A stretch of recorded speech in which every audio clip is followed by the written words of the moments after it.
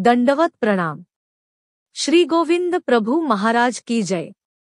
रिद्धपूर चरित्र लिया क्रमांक 17 सिमगा सिंपणे। आधी जेव्हा भक्तजन गंगातीरावरून आले नव्हते तेव्हा दरवर्षी रावळांचे सर्व बालमित्र शिमग्याच्या दिवशी रावळांना भेटायला यायचे। रावळांना पाण्याने भिजवायचे। नंतर रावळांना विनंती करून परशुरामाच्या देवळाकडे घेऊन जायचे।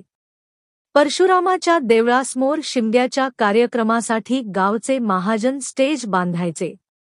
तिथे नृत्यगायनाचे कार्यक्रम असायचे। सर्व बालमित्र मिळून रावळांना स्टेजवर घेऊन जायचे।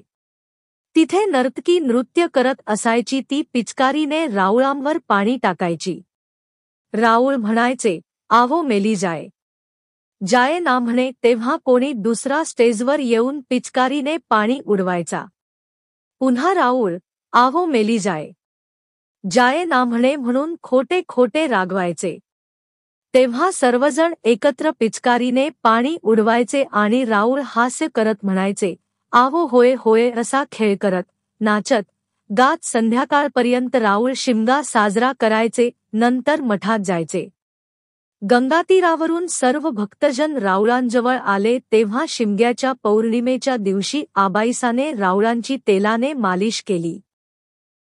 रावळांना उटणे लावून स्नान घातले। पूजावसर केला। नवीन वस्त्र अर्पण केले। कापूर कस्तुरी मिश्रित चंदन श्रीमूर्तीवर लावले। रावळांना सजवले। मखमली रेशमी वस्त्राने मालगंठी केली। मल्लांसारखे कमरेला वस्त्र बांधले।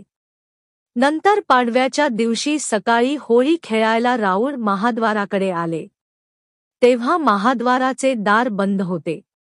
दाराच्या दुसऱ्या बाजूला लहान मुले होळी खेळत आरडाओरड करत रावळांना खेळायला बोलवत होते।